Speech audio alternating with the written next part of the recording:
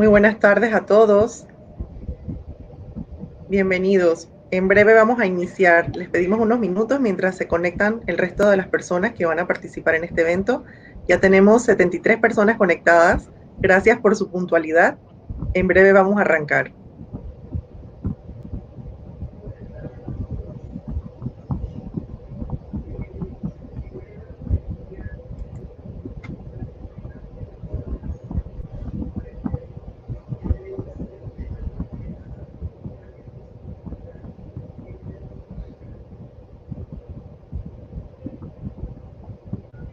Gracias a todos por su puntualidad. Vamos a dar inicio a este evento.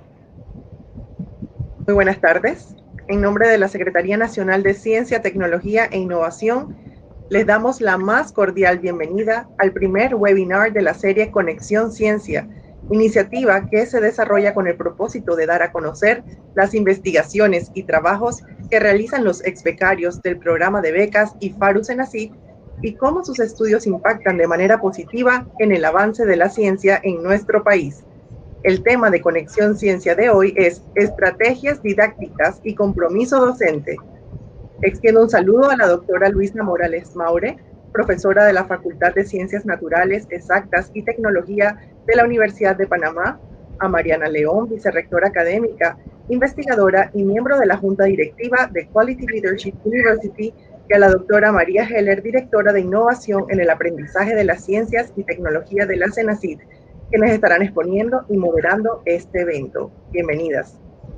Antes de iniciar, les solicitamos a los participantes que escriban sus preguntas en el chat para abrir un espacio de preguntas y respuestas al final de las presentaciones.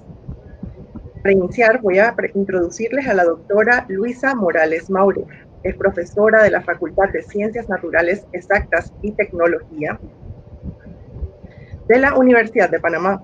Posee una licenciatura en Matemáticas de la Universidad de Panamá, una maestría en Ciencias en Matemáticas y su didáctica de la Universidad Autónoma del Estado de Hidalgo, México, y un doctorado en Didácticas de las Ciencias Experimentales y de la Matemática de la Universidad de Barcelona, España.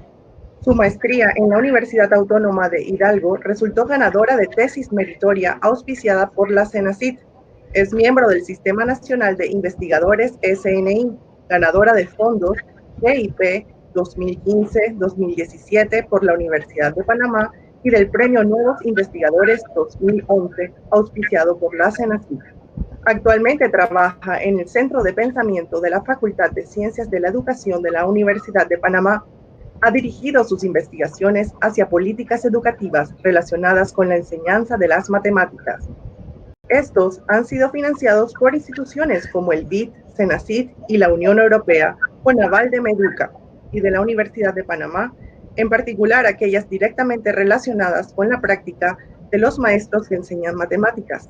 Cuenta con publicaciones en educación matemática en revistas indexadas de alto impacto, las cuales ha realizado en colaboración con equipos interinstitucionales de Panamá, México, Brasil, Puerto Rico, Colombia y España. Con ustedes, Luisa Morales Maure. Adelante, doctora. Muy buenas tardes a todos y todas. Para mí es un placer compartir con todos ustedes este webinar. Para iniciar, quiero ponerlos en mi contexto del trabajo de investigación que realicé y por eso voy a enseñarles el video de mi trabajo para que comprendan lo que hemos estado realizando.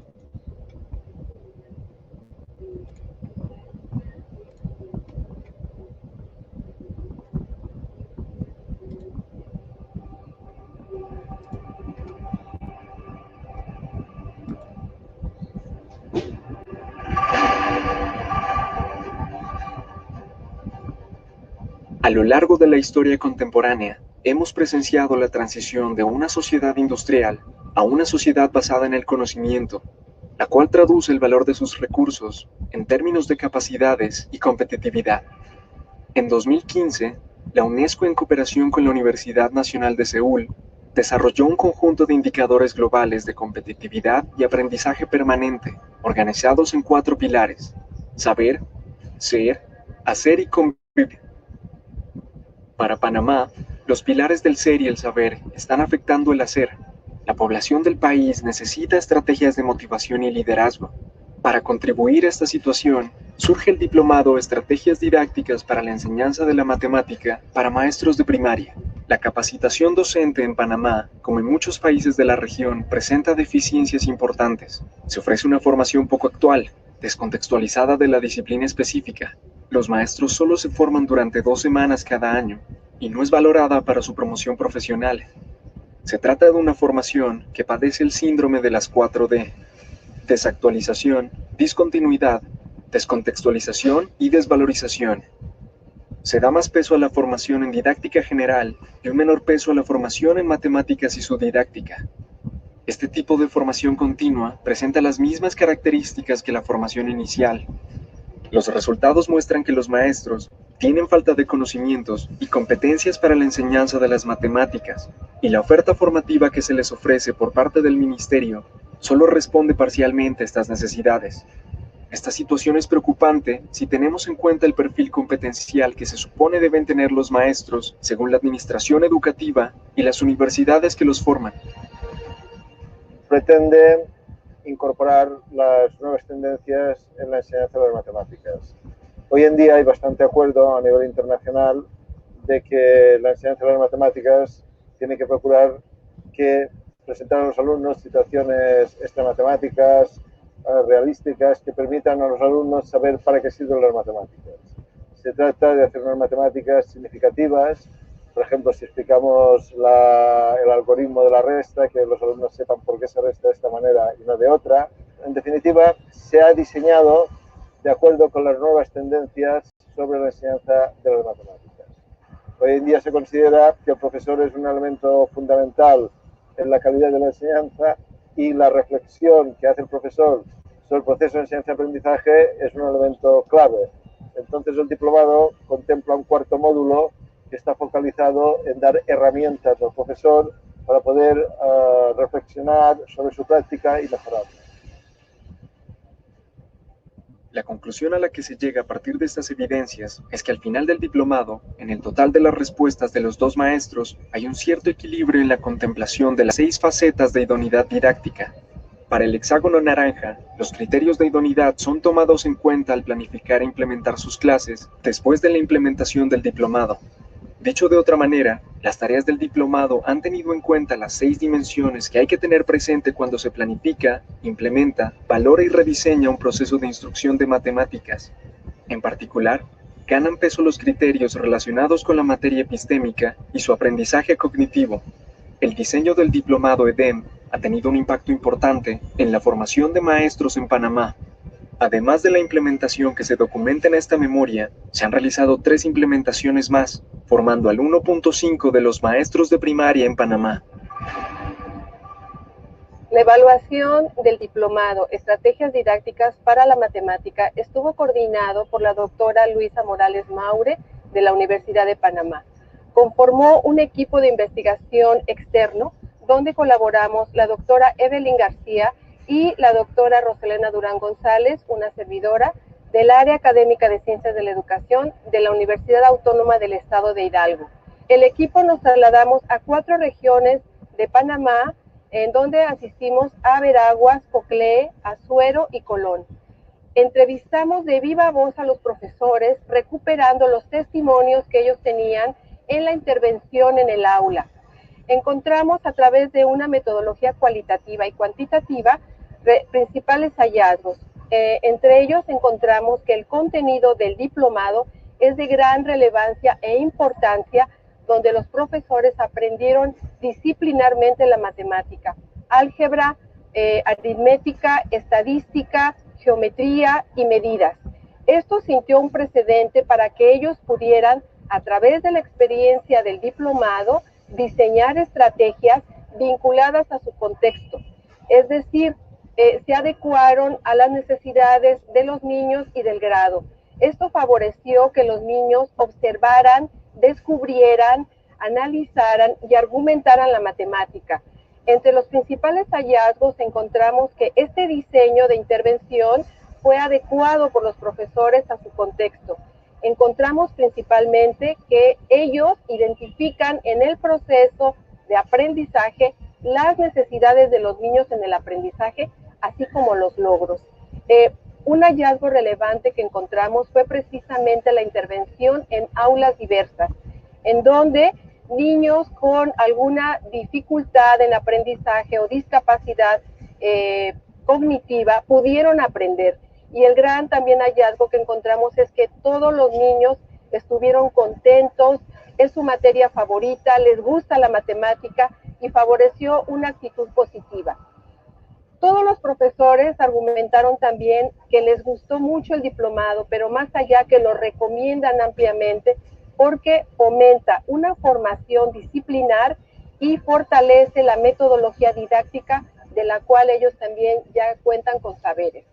Esta evaluación sentó un precedente para conocer los logros, los alcances y sobre todo los retos que tiene en la formación de profesores en Panamá. Los resultados obtenidos pueden ser útiles para formular propuestas y lineamientos en la formación del docente de primaria y preescolar, la formación inicial y permanente en matemática y su didáctica, válidos para el contexto nacional y que además puedan ser de utilidad para la comunidad interesada en la mejora de la enseñanza de las matemáticas en primaria y preescolar en Panamá.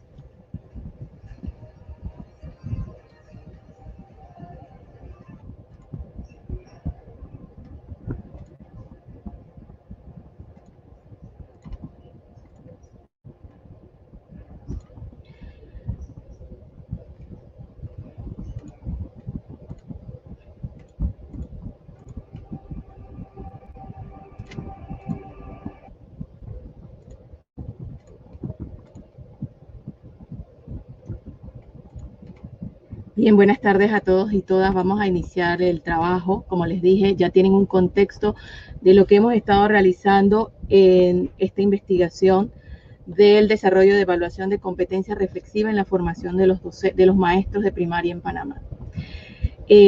Las primeras preguntas que les pondría a reflexionar a ustedes: ¿cómo creen que es una buena clase de matemáticas?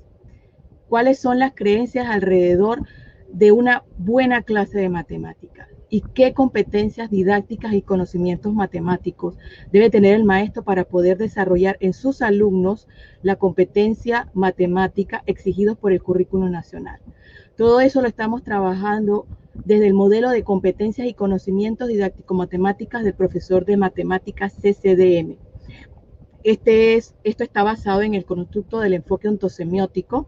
Aquí tenemos en la esquina superior derecha la síntesis del modelo, al cual no voy a entrar en detalle, pero son herramientas teóricas que nos desarrollan el análisis de la actividad matemática en los procesos de enseñanza, de la enseñanza y aprendizaje de las matemáticas. Una de las herramientas más importantes, una de las herramientas más potentes de la competencia es la competencia de análisis de la idoneidad didáctica. Esta herramienta nos indica que el maestro o el profesor de matemática tiene que ser como un equilibrista.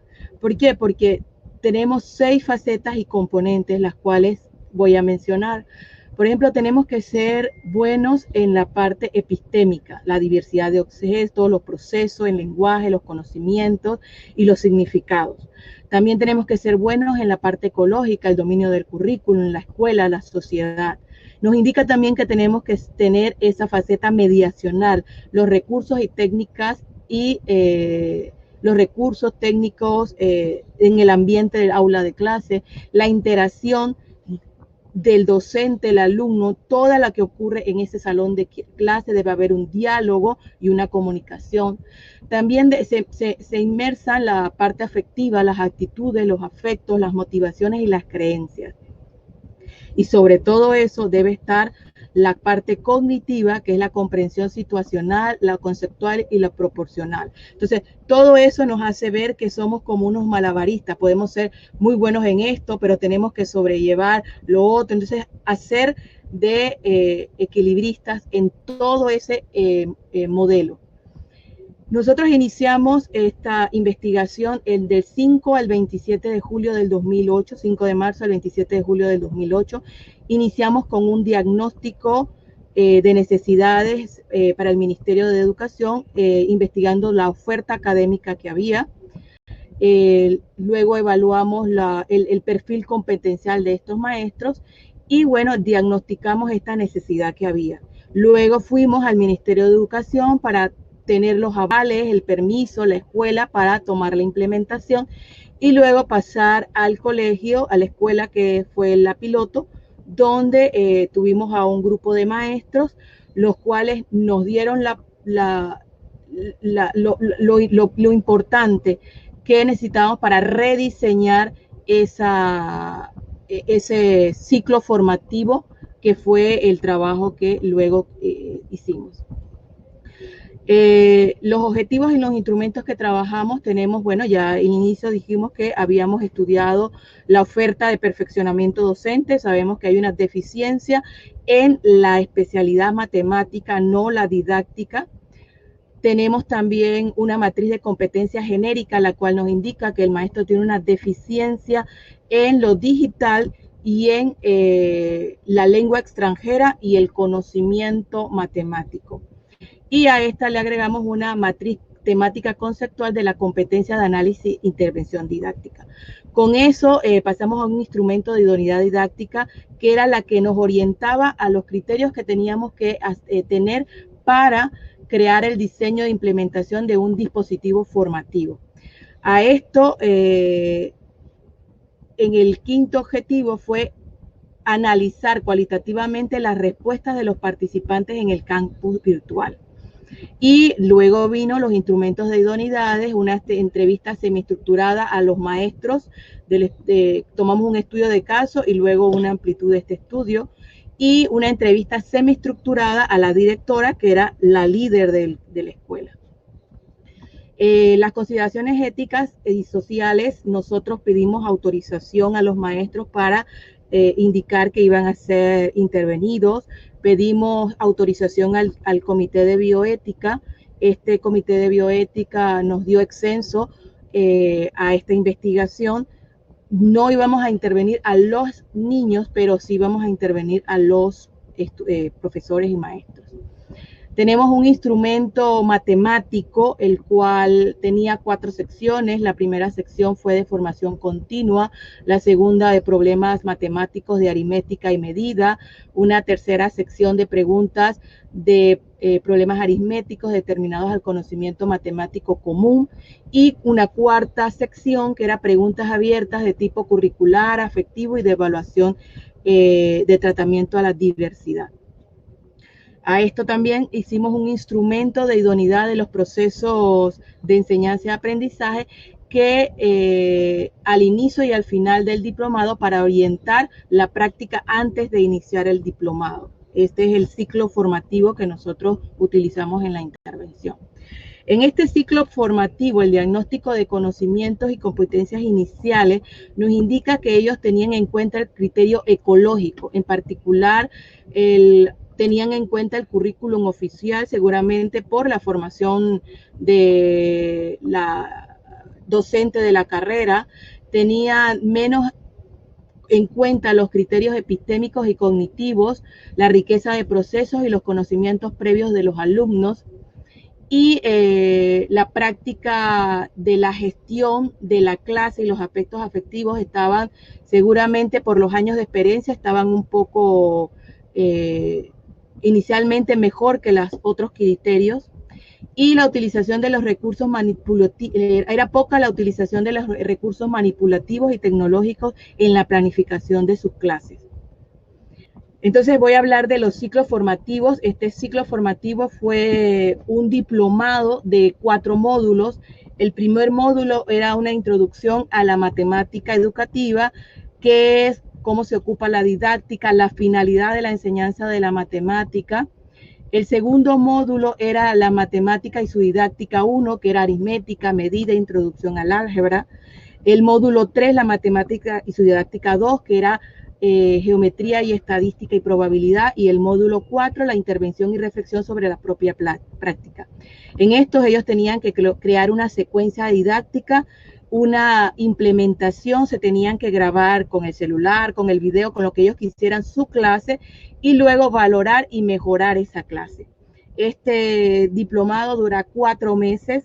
Su implementación, cada uno de los módulos está entre 1 mes cada uno. El más amplio es el módulo 3 porque geometría estadística es un poco más difícil para los docentes por el poco aprendizaje, el poco conocimiento que tienen de la especialidad matemática, pero el más importante es el módulo 4, que es la intervención y la reflexión.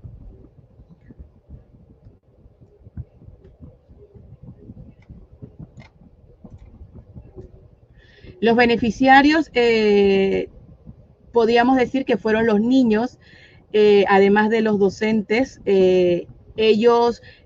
Los maestros, lo interesante de esta actividad fue que los maestros realizaban las actividades con los niños. Todas las actividades dadas en este diplomado fueron implementadas con los niños, así que los beneficiarios potenciales fueron los estudiantes de los colegios participantes. Bien, vamos a dar algunas pautas para que vean algunas de las actividades que realizaron los maestros. Por ejemplo, tenemos un problema, el ejemplo de que tenían que hacerlo como preescolar, primaria y secundaria, que era las gallinas y conejos, hay 23 cabezas y 76 patas. ¿Cuántos animales de cada clase tenemos? Recuerden que teníamos maestros de primaria y preescolar.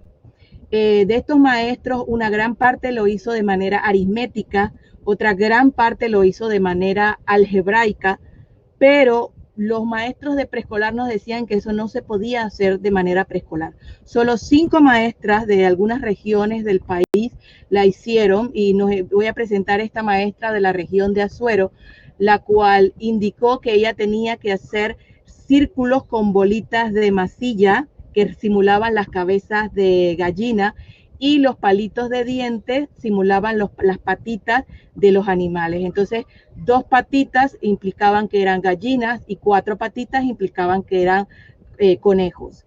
Y ellos, los niños, los colocaban en las bolitas y así indicaban cuánto era el resultado de esto.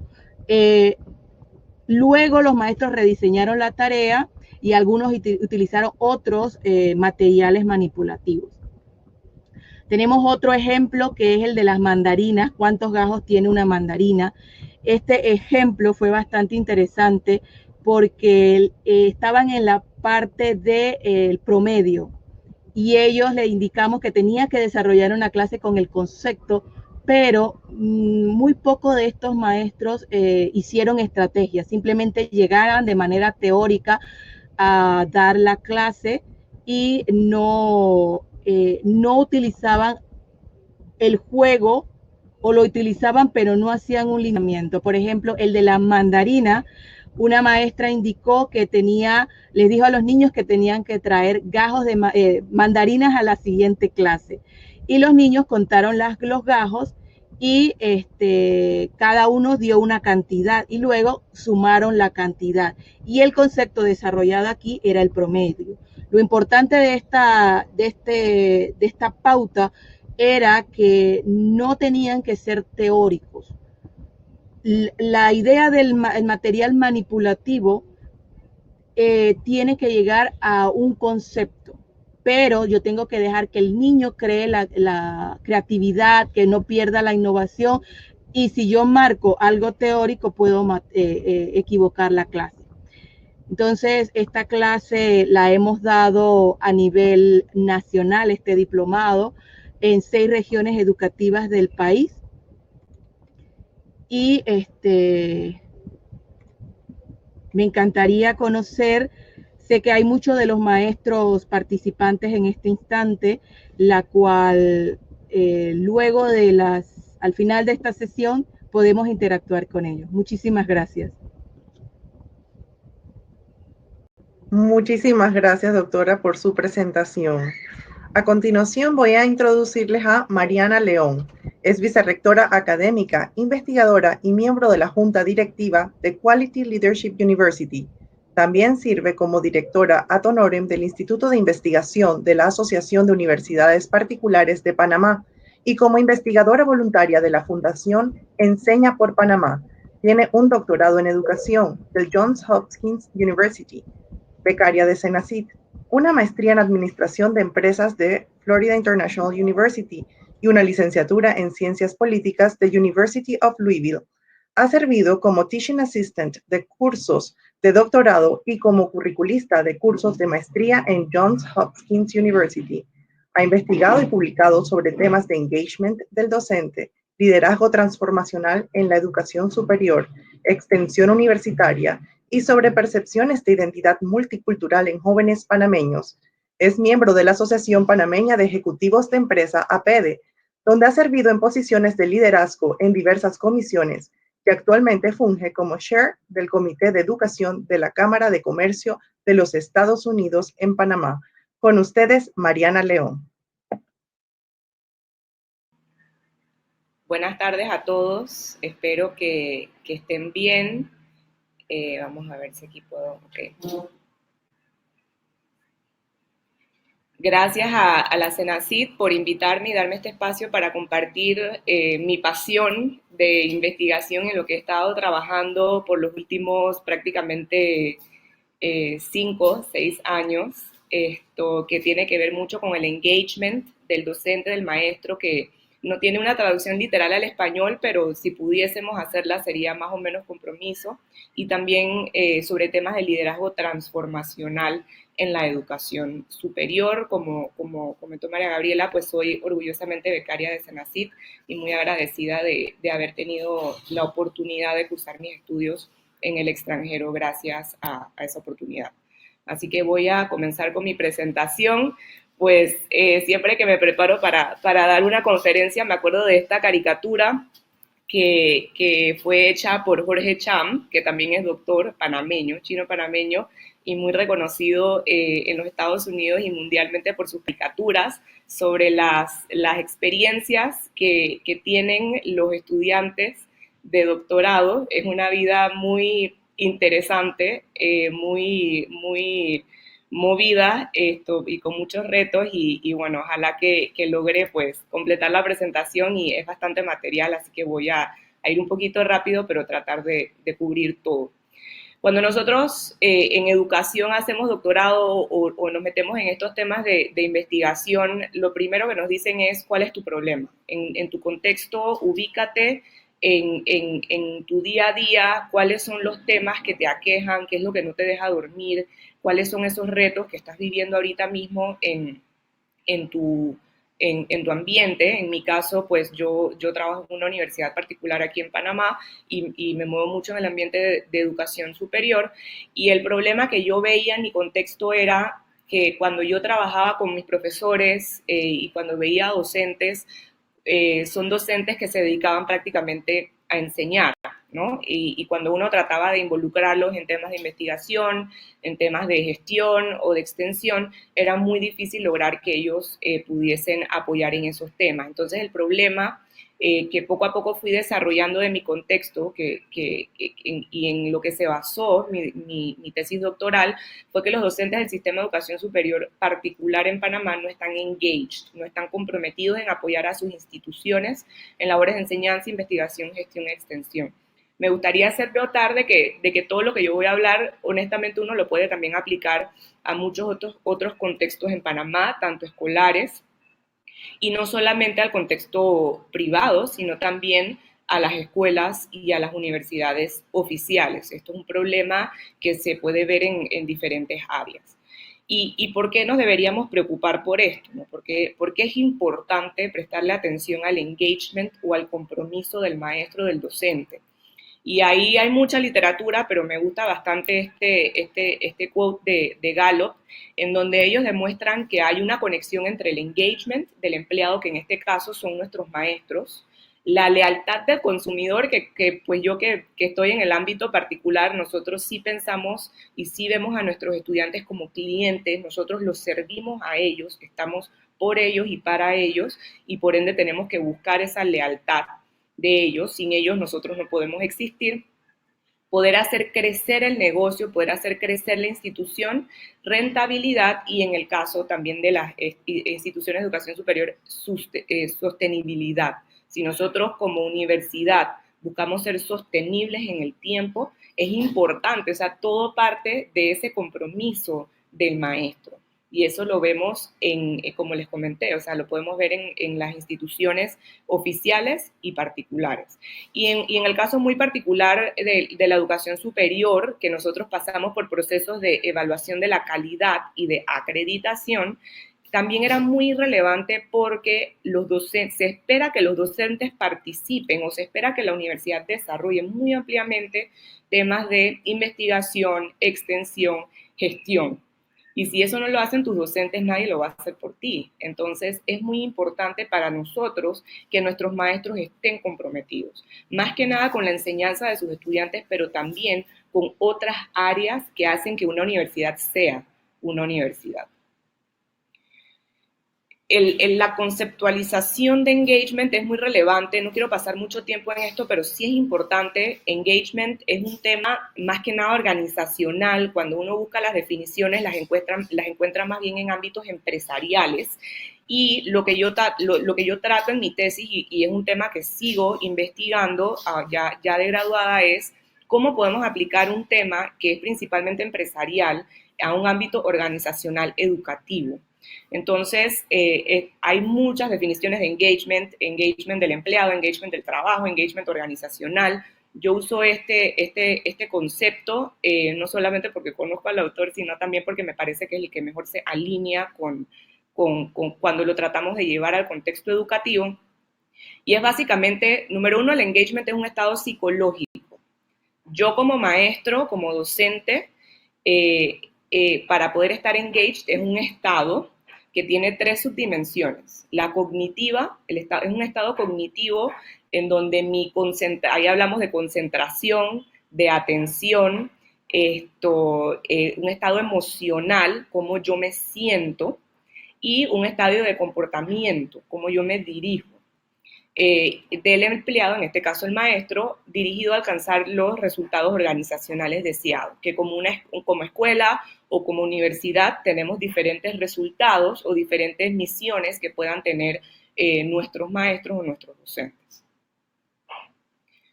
Cuando lo aplicamos al docente, o sea, ese engagement, ese compromiso que yo quiero que tenga mi docente, cuando yo lo trato de conceptualizar, sigo usando esas 3 subdimensiones, cognitiva, emocional y de comportamiento, para aplicarla a las definiciones que ya existían, que realmente solamente existían estas 2 que ven aquí, que es esta parte de disfruta y tiene un profundo cariño al trabajo que realiza, los fines que está destinado a servir, que aspira a la excelencia, atención perpetua enfocada, una persona que está siempre enfocada en su trabajo, disfrute y entusiasmo, sentir propósito, congruencia con valores personales y talentos, y retado a usar sus conocimientos y habilidades. Entonces,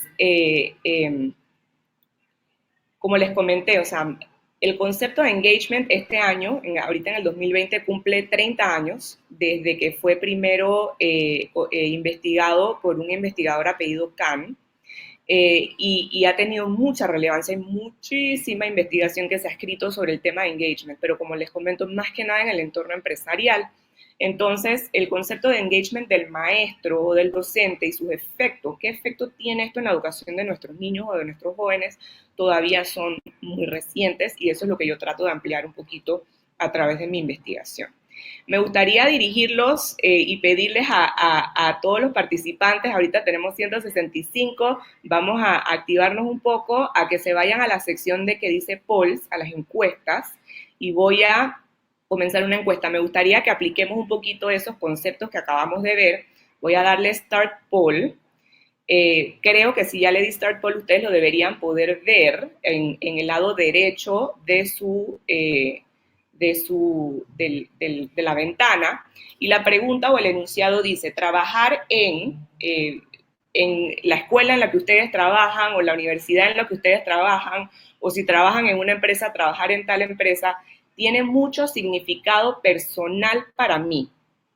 Y quiero que me indiquen, que voten, si ustedes están de acuerdo, en desacuerdo, neutral, de acuerdo o muy de acuerdo. No sé si puede, me gustaría saber si lo están viendo o si le tengo que dar publish. No estoy segura si ahorita lo pueden ver. Nadie ha votado, así que voy a darle publish para ver. Ok, creo que ahora sí lo deben poder ver. Entonces, como les comenté, dice, trabajar en lugar de la organización. Yo, por ejemplo, que trabajo en QLU, trabajar en Quality Leadership University tiene mucho significado personal para mí. Ya van entrando las respuestas. Gracias a todos los que están contestando. Recuerden que comienza desde muy en desacuerdo, neutral, de acuerdo y muy de acuerdo. Y bueno, vemos cómo se van moviendo los numeritos. Vemos que la gran mayoría de las personas que están respondiendo, como un 70% aproximadamente, está o muy de acuerdo o de acuerdo con que el lugar en donde trabajan tiene mucho significado personal. Algunas personas sí marcaron ya sea neutral, en desacuerdo o muy en desacuerdo. Claramente lo que buscamos, voy a ya terminar claramente lo que buscamos aquí es que la persona se sienta muy comprometida y que sienta ese significado personal con la organización con la que labora. Voy a comenzar otro. Aquí. Este dice, le doy mucha atención a mi responsabilidad de trabajo. ¿Ok? Pensemos en eso, mucha atención. Aquí estamos hablando de la parte cognitiva del engagement. Atención, concentración, enfoque, qué tan enfocado estoy yo en las cosas que tengo que hacer relacionadas con mi trabajo. Y bueno, aquí también vemos que muchos de ustedes se están autoevaluando. Voy a ya también terminarlo porque quiero tener tiempo para poder seguir. Ya vemos que muchos de ustedes se autoevalúan, la gran mayoría, casi el 80%, de acuerdo o muy de acuerdo. Y voy a poner una última.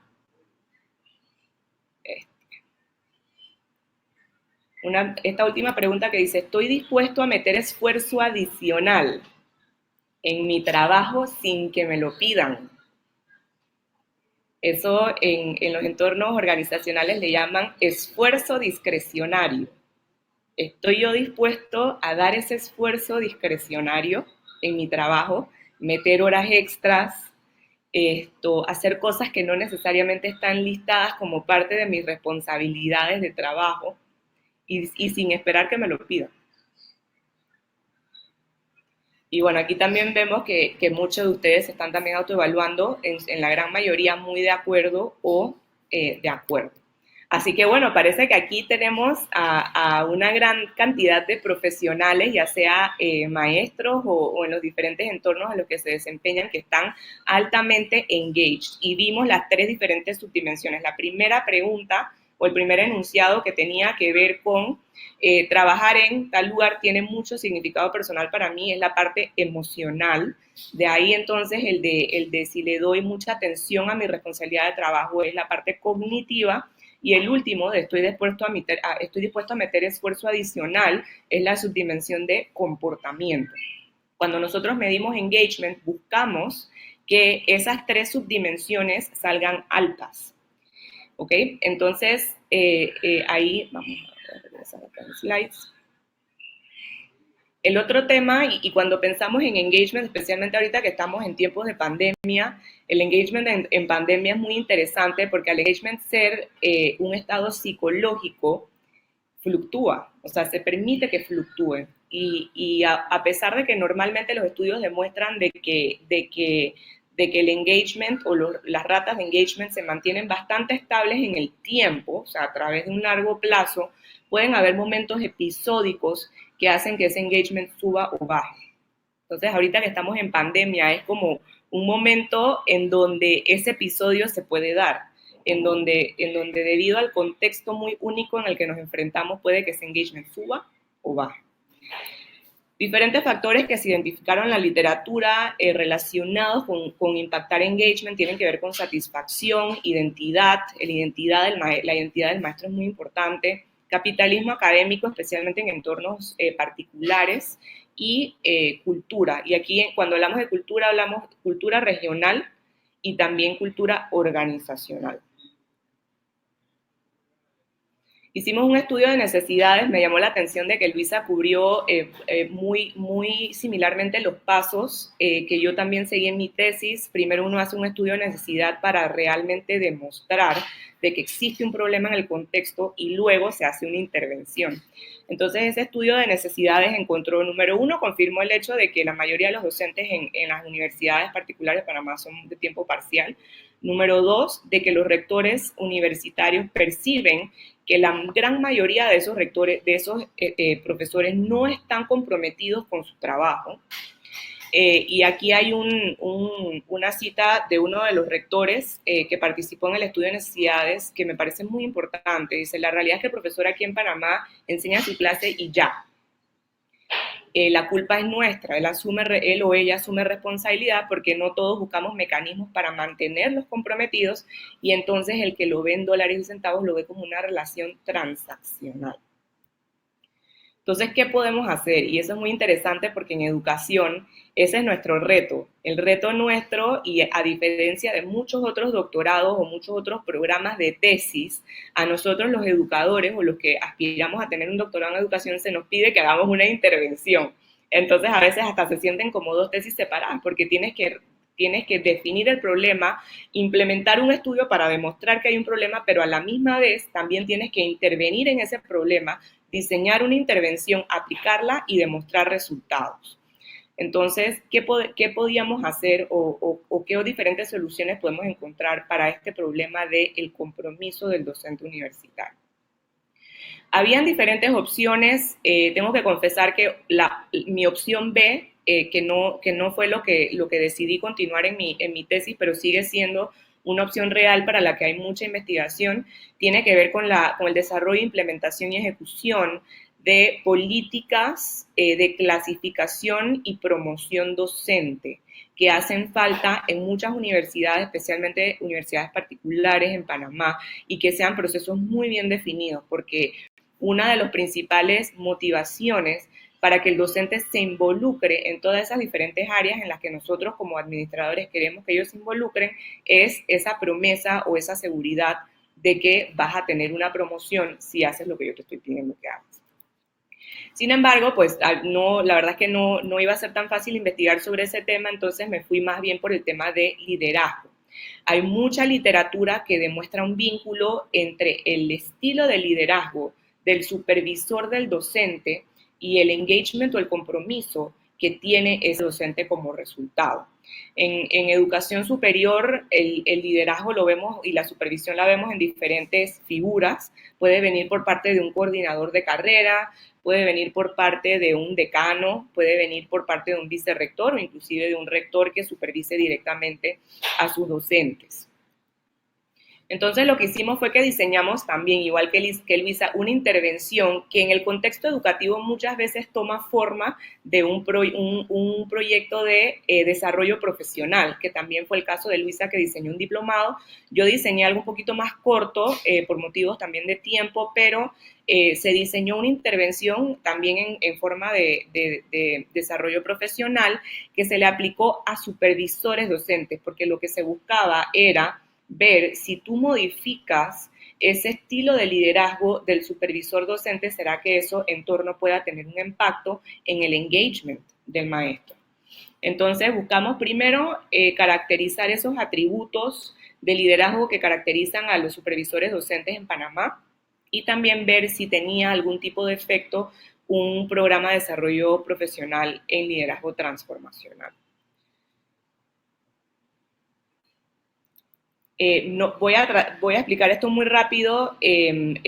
Los autores que yo utilicé, Abolio y Bass, ellos hablan de 3 estilos de liderazgo diferentes. Ustedes, el que ha visto liderazgo sabe que hay muchos estilos de liderazgo, hay mucho traslape entre los que existen. Los investigadores no se ponen de acuerdo en cuáles son los que de veras deberíamos utilizar, pero estos autores lo dividen en 3. Lo dividen en pasivo distante, liderazgo transaccional y liderazgo transformacional. Y estos 3 estilos de liderazgo son los que más tienen traslape con todos los otros estilos de liderazgo que hay, por ende me parecen que son los que más abarcan para este contexto, especialmente en educación, en donde lo que tratamos de evitar son estos estilos de liderazgo que vemos aquí. Pasivo distante, que básicamente es yo no lidero.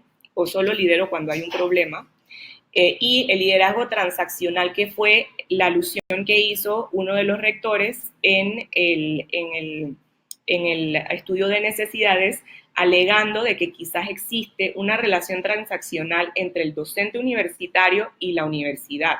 Y si la relación es transaccional, si es quid pro quo, si es yo te pago para que tú me enseñes una clase y entregues notas y honres tu compromiso con el estudiante de llegar a tiempo y enseñar, entonces eso es lo único que vamos a conseguir. Lo que buscamos entonces es un estilo de liderazgo transformacional que se divide en estas cuatro dimensiones que ustedes ven aquí. Y lo que hicimos fue que aplicamos pre y post el MLQ, que es el Multi-Factor Leadership Questionnaire, un instrumento altamente validado y replicado, etcétera, en muchos contextos para liderazgo, en donde pudimos caracterizar el estilo de liderazgo de los docentes que participaron del proyecto, encontrando de que específicamente en la muestra que tuvimos, de que los docentes, los supervisores docentes tenían comportamientos de liderazgo transaccional más alto de lo que se recomienda. Hay una frecuencia de comportamiento de diferentes comportamientos de liderazgo que se busca que los de transaccional estén como en un rango, por decir, de 2 a 3, que no estén más arriba de 4. Entonces nosotros caracterizábamos en base a eso y encontrábamos de que hay un grado, no muy alto, pero lo hay, de liderazgo transaccional en esos supervisores docentes, pero también hay características de liderazgo transformacional que tenemos que resaltar. Es posible que un líder transaccional llegue a tener atributos de líder transformacional y que inclusive tenga una mezcla de las dos. Y esto puede ser algo bueno, porque un líder transaccional no necesariamente es un mal líder, es un líder que consigue resultados, muchas veces es un líder que consigue productividad de sus colaboradores, pero el líder transformacional va más allá, porque construye una relación que deja de ser quid pro quo, sino que es una relación mucho más íntegra con la persona a la que supervisa, y logra conseguir cosas como resiliencia en tiempos de adversidad, logra conseguir cosas como pensamiento innovador. Esto no lo digo yo, lo dice la literatura. Entonces, cuando nosotros pensamos qué tipo de estilo de liderazgo queremos nosotros tener en nuestros supervisores, definitivamente liderazgo transformacional. Hicimos también un análisis cuantitativo, similar también a lo que mencionó Luisa, a partir de las reflexiones que nosotros conseguimos de los docentes, de los supervisores de docentes, en cómo ellos se sentían con el curso que habían tomado, qué habían aprendido sobre temas de liderazgo, y a partir de eso fue que pudimos definir el impacto. La muestra fue muy pequeña y no permitió hacer estadísticas inferenciales que nos permitieran definir impacto a través del análisis cuantitativo, pero eso es lo bueno de hacer métodos mixtos y poder entonces basarnos en la data cualitativa para establecer que sí tiene un impacto, desarrollarle a los supervisores docentes capacidades de liderazgo transformacional para que ellos entiendan y tengan una mejor percepción de las actitudes que ellos tienen que tener cuando supervisan a los docentes. Y bueno, esto hace poco, este es un tema que me sigue apasionando, falta mucho por investigar. Como les hablé, más que nada yo me enfoqué en medir el estilo de liderazgo de los supervisores docentes, y ahora mirando hacia el futuro, lo que vamos a buscar es diseñar y validar un modelo teórico para entender mejor los factores subyacentes que influyen en ese engagement del docente universitario, y lo vamos a aplicar en un contexto no solamente de educación superior en Panamá, sino que me he aliado con investigadores en México y Chile para también aplicar por primera vez un instrumento de engagement en universidades en esos países también. Así que, y esto también gracias a Senacid, así que definitivamente súper contenta de a través de esos apoyos que nos ha dado esta institución, poder nosotros también seguir investigando sobre estos temas que nos apasionan y tratar de reducir brechas del conocimiento y reducir brechas de la literatura disponible en Panamá, que es muy poca, para poder tratar de contribuir en el conocimiento en estas áreas que son tan importantes para nuestro país. Así que muchas gracias por el espacio y también dispuesta a contestar cualquier pregunta.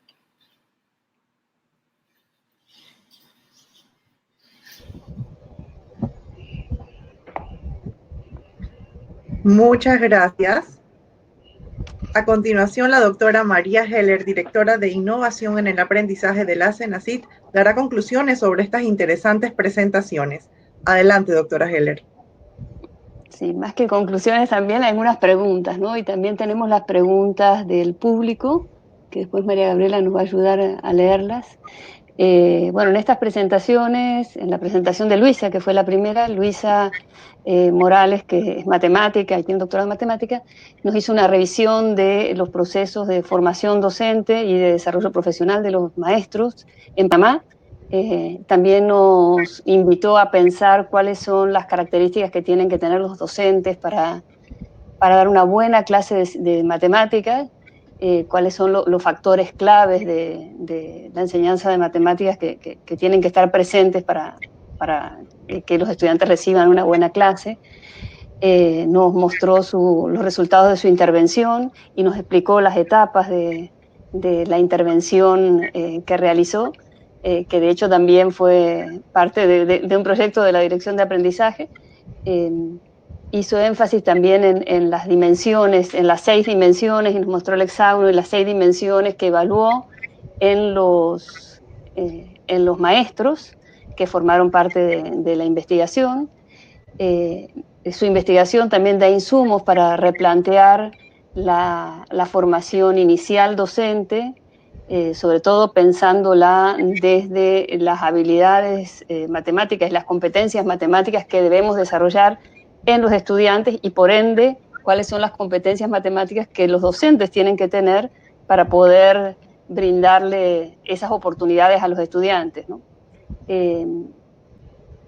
Bueno, también habló de la importancia de usar material concreto, pero no el material concreto nada más como un juego en el aula, sino que el material concreto sea una oportunidad para que los estudiantes comprendan un concepto, pero que el maestro además tiene que lograr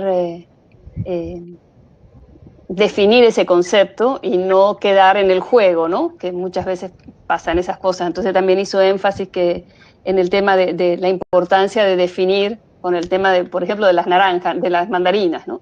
Si estamos dando promedio, bueno, que además quede claro que estamos trabajando en promedio, no nada más contando los gajos de las mandarinas.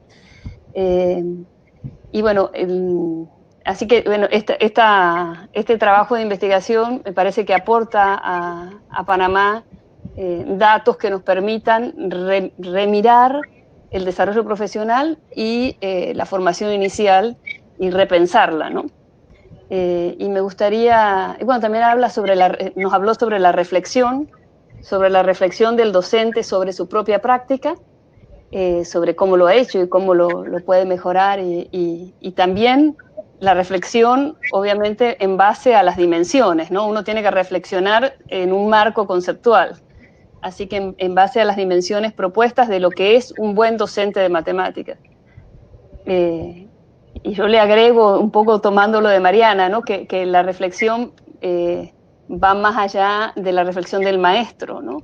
Para que sea de verdad transformacional, debería ser una reflexión institucional un poco, ¿no? Una reflexión donde toda la escuela forme parte, ¿no? El maestro mirando su práctica y pensándola, y la escuela mirando la práctica de la escuela y pensándola y replanteando si lo que sucede es lo que tiene que suceder o cómo puede suceder otra cosa, ¿no? Y bueno, me gustaría plantearle a Luisa algunas preguntas, además de las preguntas que pueda hacer la gente ahí, y un poco que es que a partir del trabajo que ella ha hecho, si tuviera que enfocarse en qué dimensiones se enfocaría para fortalecer el desarrollo profesional de los maestros, en el caso de matemáticas, a partir del trabajo de investigación que ha realizado. Y también, bueno, ¿cuál sería la pregunta, si tuviera fondos para hacer otra investigación, en dónde enfocaría esa pregunta, esa nueva pregunta para seguir aprendiendo y para seguir investigando? Eso me gustaría que Luisa nos hablara después, porque bueno, las investigaciones son puertas, ¿no? Son puertas que nos llevan a otro camino y a otro camino y a otro camino, ¿no? Entonces, bueno, me gustaría dejar eso ahí bueno, doctora el tintero. Pero bueno, voy a ir con Mariana mientras tanto, así después contestamos todos, ¿sí? Bueno, en el caso de Mariana, Mariana nos habló de la importancia del engagement para transformar también la práctica, pero en este caso la práctica educativa o la práctica en la educación superior, ¿no? O el compromiso de los docentes o de los profesores universitarios en la educación superior. Nos habló también de la importancia del liderazgo y quizá del liderazgo más transformacional que un liderazgo transaccional, y que, bueno, todo este tema del engagement y del liderazgo está muy claro en las empresas, pero por ahí es un poquito menos claro en la parte educativa, ¿no? Y bueno, Mariana ha estado trabajando en el tema de educación superior, además forma parte de las asociaciones, de las universidades particulares, así que tiene un compromiso gremial también con el tema de la educación superior.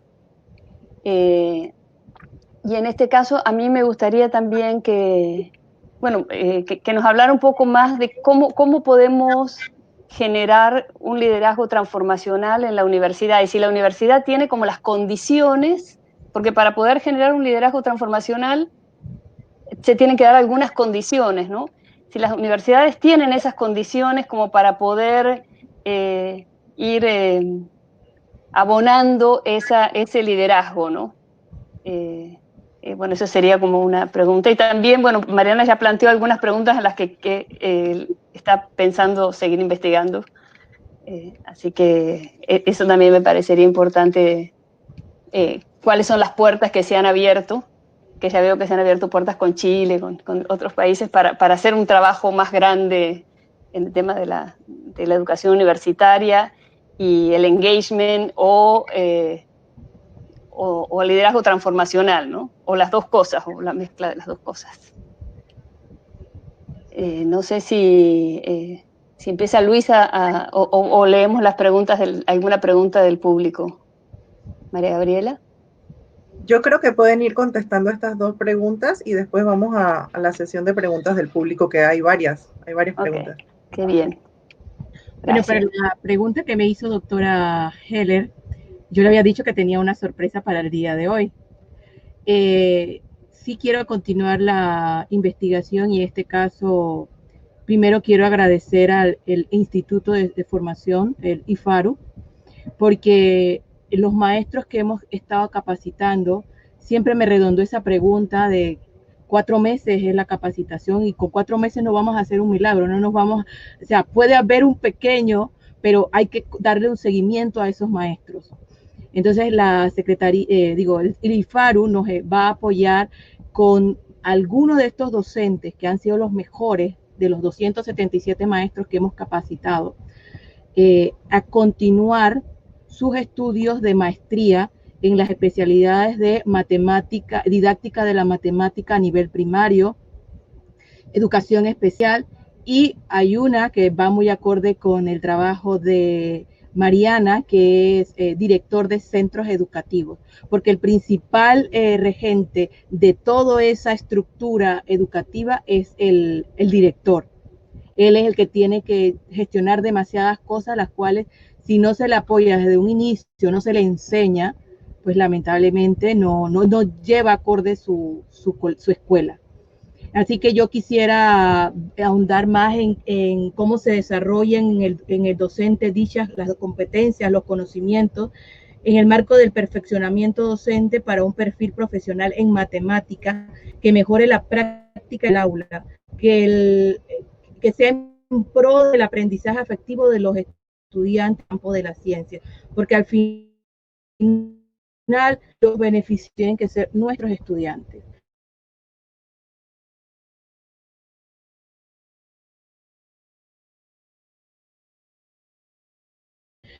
Que hacíamos era de manera virtual, así que teníamos una fase presencial que lo hacíamos en los centros de innovación de la Universidad de Panamá a nivel nacional, y mi asesor en ese entonces, ahora mi colega, estaba en Barcelona, y buscábamos algunos de los errores que tenían. Pero lo más importante en la formación de los profesores es desarrollar la competencia reflexiva, pero no solo la competencia reflexiva, irnos un poco más a la investigación docente, al final de todo lo que él tiene a su alrededor, todos los estudios que hay de los investigadores, él tiene que aterrizar eso en su contexto, en su salón de clase, porque es muy diferente un salón de clase en un área rural, que tuvimos maestros en Veraguas, teníamos maestros en Comarca, maestros en Azuero, que en un área en la ciudad,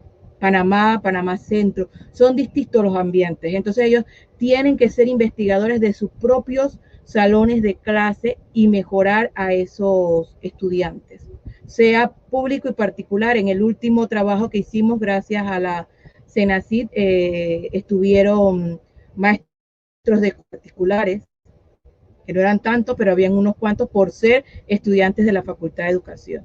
Entonces, y sí quiero ahora aprovechar en agradecer primero que todo a la Universidad de Panamá, al rector de la Universidad de Panamá, el doctor Eduardo Flores, al vicerrector Jaime Gutiérrez, que me ha apoyado en todo esto, de verdad agradecida con el doctor Jaime, a la decana de la Facultad de Educación, la cual nos ha permitido ingresar a sus aulas de clase, a estar con estos estudiantes que van a ser los futuros maestros, al IFARU, que creyó en esta apuesta y continuar a estos maestros becándolos, y a muchas otras personas que ahora mismo, a los de México, a los de mi amiga de Puerto Rico, a los de España. Así que muchísimas gracias por el apoyo, por apoyarnos en Panamá.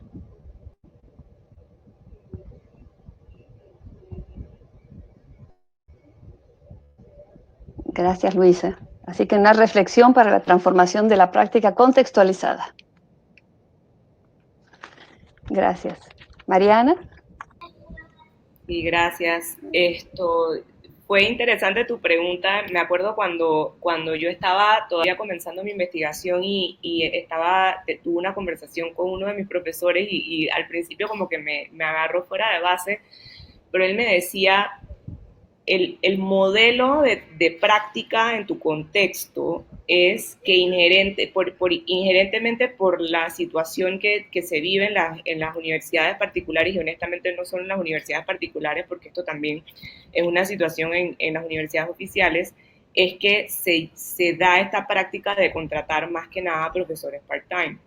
Y cuando hicimos el estudio de necesidades, encontramos de que muchos de los rectores marcaban esta contratación de profesores de tiempo parcial, profesores adjuntos, como una base del problema, como que no tenemos profesores engaged porque son profesores part-time, pero el profesor part-time también puede estar engaged, tiene un poquito menos de disponibilidad de tiempo, pero eso no significa, y eso lo vimos acá con las mediciones, las diferentes preguntas que se hacen, si yo enfoco toda mi atención a mi trabajo, si yo me siento vinculado, o me relaciono emocionalmente con la institución para la que yo trabajo, la parte de comportamiento, o sea, ese tipo de sentimientos o de subdimensiones del engagement también pueden existir en un profesor part-time.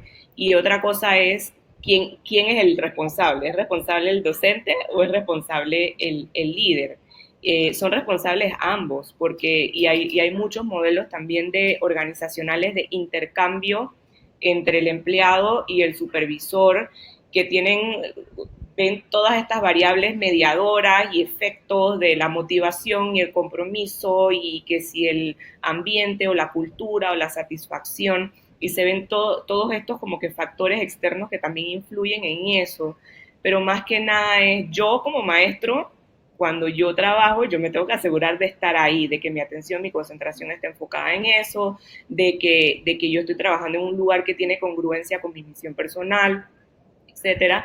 Pero también lo ideal es que mi líder, mi supervisor, tenga una buena relación conmigo, y una relación que no solamente sea basada en una relación transaccional de yo te contrato, te pago y tú enseñas. Y es posible o no en el contexto en el que vivimos, sí es posible, porque Hay cosas súper básicas que un supervisor, y aquí quiero nuevamente también hablar un poquito en este espacio de pandemia que estamos viviendo. La investigación demuestra de que la característica más importante señalada como característica del liderazgo que tiene un impacto en el engagement es, imagínense, la dignidad. O sea, el solo hecho de que yo como supervisor o como líder te reconozca a ti como persona tiene un impacto en el engagement. Y yo creo que eso dice mucho sobre ciertas mejoras que nosotros tenemos que hacer, no tanto en el sistema, porque el sistema es muy difícil cambiarlo. Sabemos, no solamente por experiencia, sino también por investigaciones, de que los sistemas estructurales que existen de educación son súper difícil cambiarlos. Son cosas que cambian a lo largo de 20, 30 años si se logra. Entonces, cosas tan sencillas como reconocerle la dignidad de ser humano a un maestro tienen un impacto.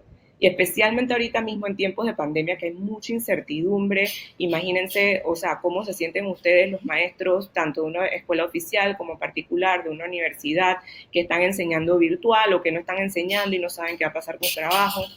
Y la segunda característica también es súper sencilla, es empatía. Ponerme en los zapatos de otro para entender y tratar de visualizar qué es lo que está sintiendo esa otra persona. Entonces, sí, liderazgo transformacional es lo ideal, es lo que alcanzaría muchas cosas geniales que nosotros queremos que sucedan en la educación, pero inclusive a veces cosas a nivel humano básicas de respeto, dignidad, empatía, hacen una diferencia en el engagement y nosotros no necesitamos cambiar el sistema para que eso se dé. Entonces yo creo que sí, hay que hacer cambios, no son cambios fáciles porque ningún cambio en la educación lo es, pero hay ciertas cosas sencillas que sí se pueden hacer para facilitar ese cambio y que ese cambio es responsabilidad tanto del maestro como del supervisor o el líder del maestro. Sí, vamos entonces a leer algunas preguntas del público, doctora, ¿le parece? Sí, sí, sí. Okay. Orlando García dice, ¿cuál es el impacto que ha tenido este diplomado a nivel nacional? ¿Tiene usted nuevas integraciones o cambios a este diplomado que impacten en el desarrollo, competencias de otras generaciones en un futuro de ser posible? Bueno, sí, ahora que está lo del tema que está dando Mariana, estamos incluyendo un módulo más, un quinto módulo que es liderazgo al maestro, porque el maestro también tiene que tener ese punto de liderazgo para poder transmitirle a los niños. Una cosa importante también que le hemos hecho, vamos a trabajar un poco, ya que con la pandemia teníamos esa fase presencial en los IDETE, bueno, ahora sería un poco más personalizado con cada uno de ellos, porque como no lo podemos poder ver presencial, hay temas de conceptos matemáticos que para ellos era un poco difícil, entonces trabajarlo de manera por Zoom, un poco más como un tutor virtual, que hemos tomado un poco de ideas, la universidad que van a ser beneficiarios gracias al IFARU, gracias al licenciado Meneses y a Iliana Molo, es la Universidad UNIR, que es totalmente virtual, y hemos tomado cursos para las capacitaciones virtuales y nos ha interesado bastante algún rediseño que vamos a hacer dentro de la plataforma, dentro del aula virtual, perdón, del diplomado. Y bueno, este nexo importante que es el liderazgo, ahora mismo es bastante importante. Hay varias personas interesadas en participar. ¿Cómo pueden enterarse de las fechas y dónde inscribirse? Bueno, esperemos muy pronto, no sé. Yo quiero aquí agradecer un poco, bueno, a la doctora María Heller, la que nos ha apoyado bastante desde la dirección de aprendizaje y a la dirección del BIT de Senacid también, a María Trinidad. Muchísimas gracias a las dos, a ambas, y a la profesora Esmelda, que es la que siempre está en contacto con nosotros. La verdad, nosotros estamos muy agradecidos con todo el apoyo que nos han dado en ya 3 ediciones de este diplomado. Así que cuando se pueda dar, pues, daremos la fecha. Perfecto. Alfredo Fermín pregunta, ¿por qué el profesor a nivel superior no está engagement? ¿Por su situación dentro del medio y está muy poco valorado. Sí, eso era un poquito lo que hablábamos en antes, ¿no? Que hay un modelo inherente de contratación en las universidades aquí en el país, específicamente en las particulares, pero la situación no se limita a las particulares, también sucede en las universidades oficiales, en donde hay una tendencia a contratar mayormente profesores de tiempo parcial.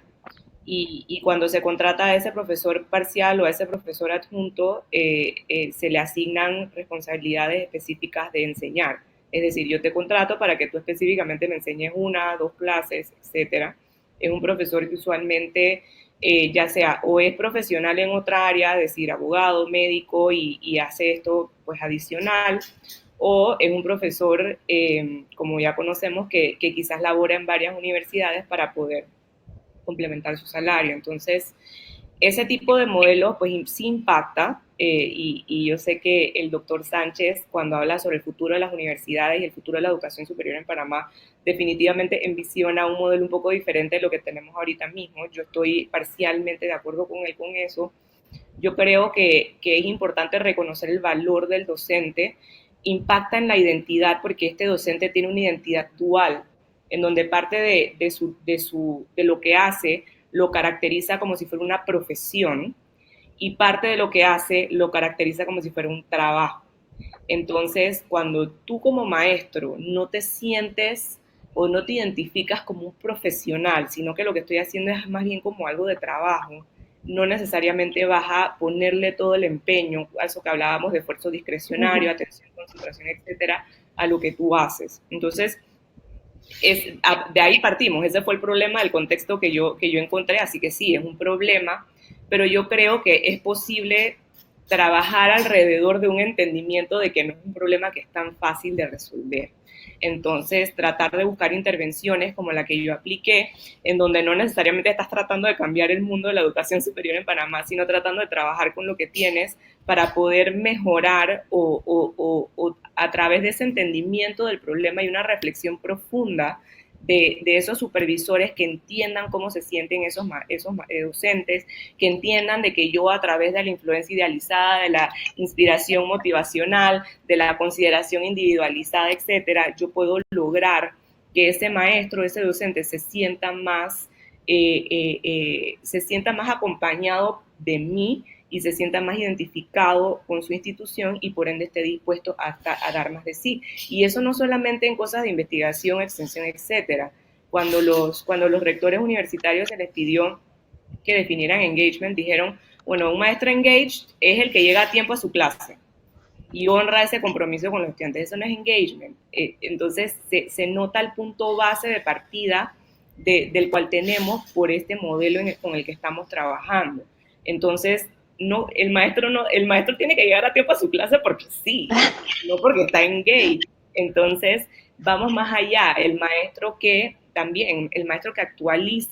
se actualiza profesionalmente y actualiza lo que dicta en la clase, de que yo no estoy usando la misma presentación que estoy utilizando hace 20 años, sino que yo siempre trato de hacer algo diferente o algo nuevo y novedoso para mis estudiantes.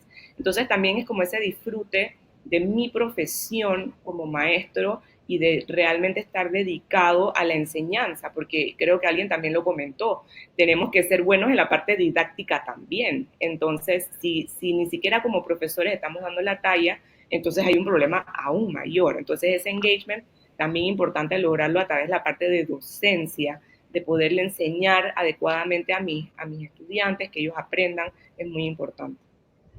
Alguien pregunta si estamos evaluando componentes de liderazgo en los temas de engagement y la misma persona pregunta, Orlando García, el engagement en Panamá lo ha realizado usando dimensiones para ver en cuál estamos, sobre qué nivel de la escala realizada. El instrumento de engagement vamos a diseñarlo a partir de uno que ya existe y validarlo en Panamá próximamente, ojalá el próximo año. No me gustaría tener que aplicarlo en tiempos de pandemia, así que vamos a esperar hasta el próximo año para hacerlo.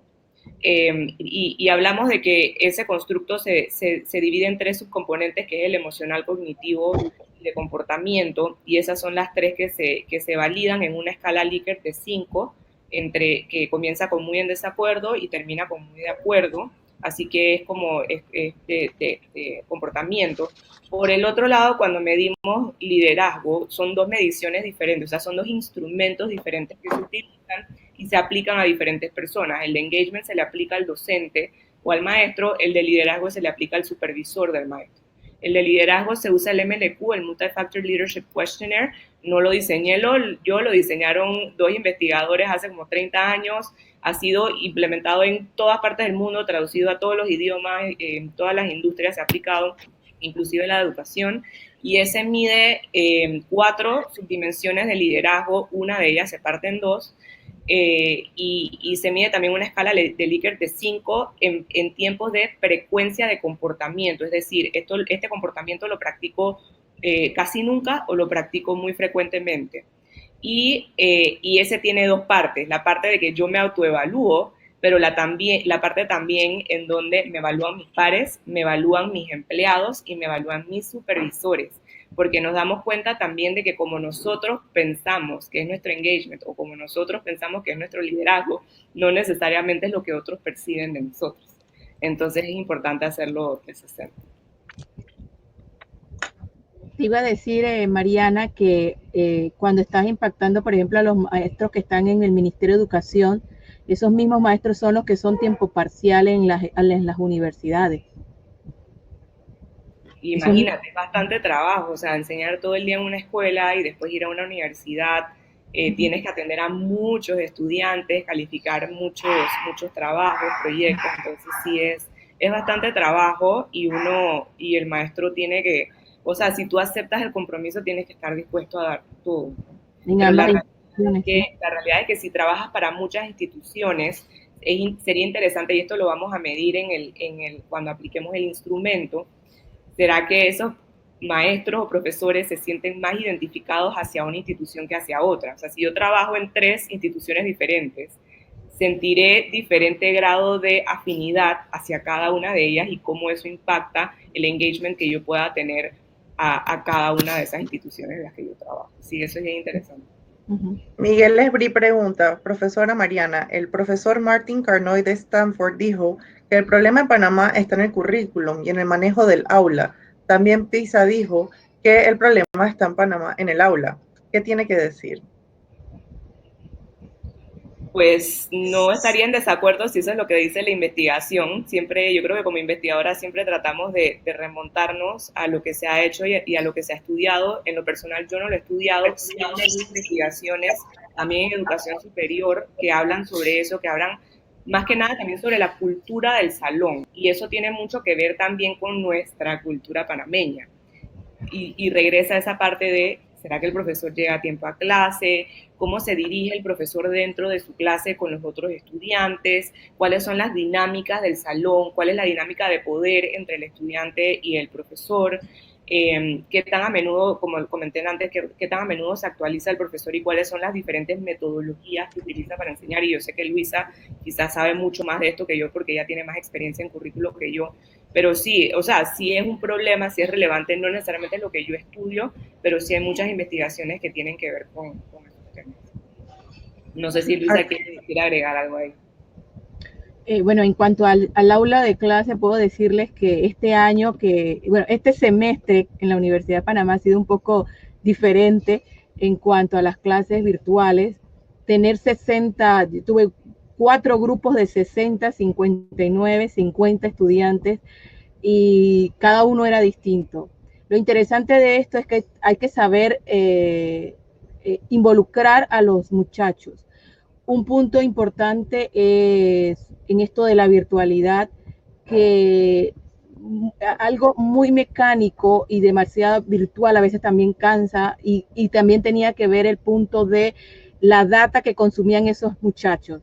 Entonces yo trataba de mandarles a hacer actividades donde tenían que trabajar en grupo, tenían que hacer un líder, utilizar software, por ejemplo, un software tracker que utilizan mucho cuando hacerle la referencia. Ustedes ven cuando vienen a jugar, cuando vienen, les dicen a los deportistas, a los futbolistas, a los corredores, mañana viene un camarógrafo, viene alguien importante de algún país para grabarlos. y lo filman, ¿no? Entonces cuando los filman, ellos no es que lo filman porque la cara bonita, les digo yo, no, ellos lo filman porque esa actividad que están haciendo les genera millones de dólares y esa filmación lo basan en un software matemático, mide si la distancia es mayor, menor, si el lanzamiento es mucho mejor. Y ese movimiento que hace el estudiante genera una ecuación y una gráfica. Si es lineal, si es cuadrática, depende de qué está analizando en ese instante. Entonces ellos asociaban, el punto era asociar que un movimiento genera una ecuación, cosa que ellos lo veían siempre muy teórica. Entonces cuando hacían la actividad con su celular, les gustó mucho la actividad, tenía que haber un líder porque ninguno estaba junto. Así que uno tenía que decirle, tú haces eso, tú haces lo otro, tú haces acá, y después nos reunimos para ver cómo salió la actividad. Entonces, ese tipo de interacción también tiene que ser un manejo del docente en su salón de clase y utilizar todos los conocimientos que ha adquirido para mejora de su clase. Jorge Luis Pineda pregunta, muy buenas tardes, ¿cuáles son los procesos instrumentales que debe desarrollar la institución con el docente en conjunto para transformar un entorno engagement? Hay varias cosas y eso es uno de los, eso es parte de lo que viene con las investigaciones que voy a tener la oportunidad de realizar a futuro gracias a fondos de la CENACYT, en donde vamos a buscar cuáles son esos factores determinantes de ese sentimiento de engagement del docente. Yo hipotetizo que hay 4 cosas diferentes de acuerdo a la literatura que existe, pero que no necesariamente han tratado de vincularlo con el engagement, y eso es lo que vamos a tratar de hacer a través de un análisis factorial que haríamos con esas preguntas. Entonces, ahí el tema que ya hablé, que es la de identidad, cómo se relaciona la identidad con el engagement del docente, especialmente tomando en cuenta un contexto laboral en Panamá con el docente, en donde trabaja para muchas universidades, tiene una identidad dual. Cuando ese maestro o cuando ese docente se te presenta, ¿cómo se te presenta? Se te presenta como que, hola, yo soy tal, soy abogado, o soy, no sé, politólogo, o soy doctor, o soy maestro en esta otra escuela, pero no se te presenta como que es docente en este otro lugar. Entonces eso tiene mucho que ver con la identidad, eso es una cosa. Hablamos de cultura. La cultura, y eso tiene dos partes, la cultura regional y cultura país, en donde vemos mucho de que hay baja productividad de investigación en Centroamérica, en Panamá también, hay la autoeficacia del docente es baja, porque, y esto también hace referencia al doctor Sánchez cuando habla sobre la educación superior, porque la mayoría de los docentes universitarios no tienen título de doctorado. Entonces, si tú no has investigado, si tú no estás en la vanguardia de la investigación, de lo que tú haces, no vas a tener la misma eficacia que tendría un profesor en los Estados Unidos, en Europa, que se dedica la mayoría del tiempo a investigar y también enseña, y entonces cuando enseña también en base a lo que está investigando, que es conocimiento nuevo. Está también la cultura organizacional, o sea, cómo se vive esa cultura dentro de una escuela o la cultura dentro de una universidad, de cuando yo llego, cómo yo me siento bienvenido, me siento que soy, tú sabes, como que uno más de un montón, de que no me prestan atención, de que sí me atienden bien, de que tengo una buena relación con mis estudiantes o con el resto del personal o con el resto de mis colegas, los profesores. Vemos también un tema de satisfacción. El profesor, o sea, el docente de tiempo parcial no necesariamente está menos satisfecho que el docente de tiempo completo, entonces hay un tema que hay que trabajar. Y también el tema de capitalismo académico, que tiene un poco más que ver con el contexto panameño y también con el entorno de las universidades y las escuelas particulares. El capitalismo académico a veces se pone como si fuera algo negativo, pero es básicamente esta noción de que para nosotros poder servir mejor a los estudiantes nos va mejor manejando o gestionando nuestras instituciones educativas como una empresa o utilizando pues algunos conceptos de aplicación empresarial.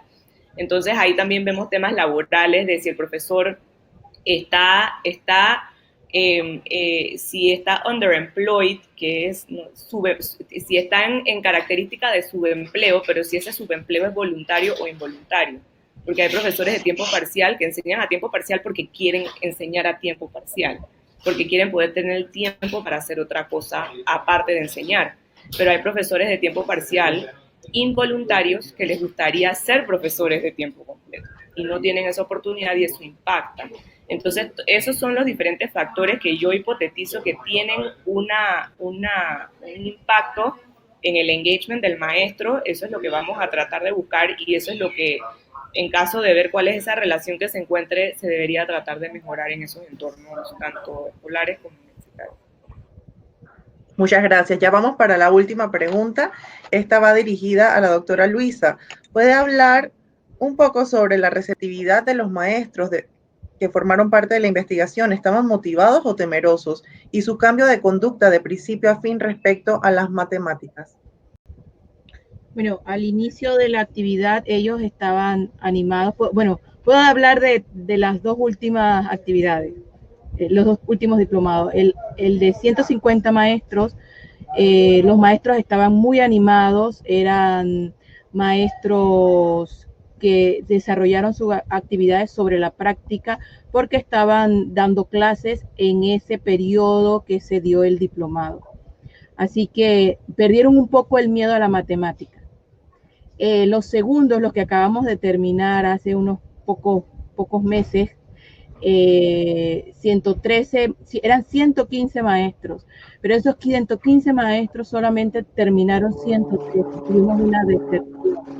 Entonces, esa deserción fue porque no tenía tiempo, porque no me sentí involucrado de que si yo quería ser realmente maestro de grado, no querían, por ejemplo, por decir, una exigencia en el conocimiento matemático que se necesitaba. Esto no era de que nada más íbamos a recortar y a pegar, no, esto íbamos a reflexionar sobre contenidos matemáticos importantes que debe tener el niño. Y yo tengo que dar esos conocimientos, pero si yo no domino esos conocimientos, no puedo hablar de que el estudiante va a aprender eso. Entonces, ahí sí depende del compromiso del maestro en cuanto a mi profesión como maestro de primaria o maestro de secundaria. O sea que de los dos grupos con los que se trabajó, el primer grupo, que eran maestros en ejercicio, estaban un poco más involucrados y más comprometidos que el segundo grupo, que eran estudiantes de la Facultad de Educación, que ya se habían graduado de maestros, pero que todavía no necesariamente estaban trabajando, estaban haciendo cursos. Estudios, maestrías. Exacto. Esos eran un poco menos el compromiso, porque de hecho muchos no estaban practicando, ¿no? Entonces la práctica posiblemente hacía que los que estaban aprendiendo lo pongan en práctica rápidamente y se puedan ir entusiasmando y comprometiendo más con el trabajo, ¿no? Es más, el lunes estábamos hablando con la decana respecto a los certificados, porque estábamos recortando los certificados que no se entregaron, desde los 100, o sea, se tiraron los 115, pero no se entregaron los 115, se entregaron 113 certificados y los que sobraron por ley de la universidad hay que cortarlos. Entonces había todavía maestros que por favor, que yo no necesito para un concurso, pero por favor, decana, o sea, le pedían a la decana y yo le decía, pero doctora, es que realmente no se puede dar certificado si él no completó las actividades que necesitaba el diplomado. Y bueno, también lo platiqué en ese entonces con mi asesor y me decía, en todo programa académico siempre hay deserciones y siempre hay exigencias. Así que no hayan terminado, para la próxima ellos saben que deben sentirse comprometidos, que es una inversión. Así que es algo importante, es parte también de lo que habla Mariana. Muy bien, entonces vamos a cerrar esta sesión agradeciéndoles a las panelistas. Muchísimas gracias por su tiempo, por haber compartido su experiencia como exbecarias y todos estos conocimientos tan interesantes que al público le ha encantado. Hay muchas preguntas que no hemos contestado. Muchísimas gracias a todos por participar. No queremos que se vayan sin anunciarles que el 11 de agosto estaremos realizando el segundo evento de Conexión Ciencia, ¿Cómo aplicar a una beca de la Cenacit? 11 de agosto de 2020 a las 10 de la mañana. Usted puede revisar las redes sociales de la Cenacit, @Cenacit, para enterarse de todos estos eventos. También los invitamos a que visiten nuestra página web cenacit.gov.pa en la sección convocatorias. Hay convocatorias de becas abiertas en este momento. Y también queremos anunciarles que todos los eventos de Conexión Ciencia van a estar colgados en el YouTube de la Cenacit. Así que muchísimas gracias a todos por su participación. Que tengan muy buenas tardes. Gracias. Buenas tardes. Muchas gracias. Gracias. Hasta luego. Gracias por participar. Gracias, Mariana. Gracias, Luisa. Gracias, doctora Ángeles. Por acompañarnos. Gracias, Violeta.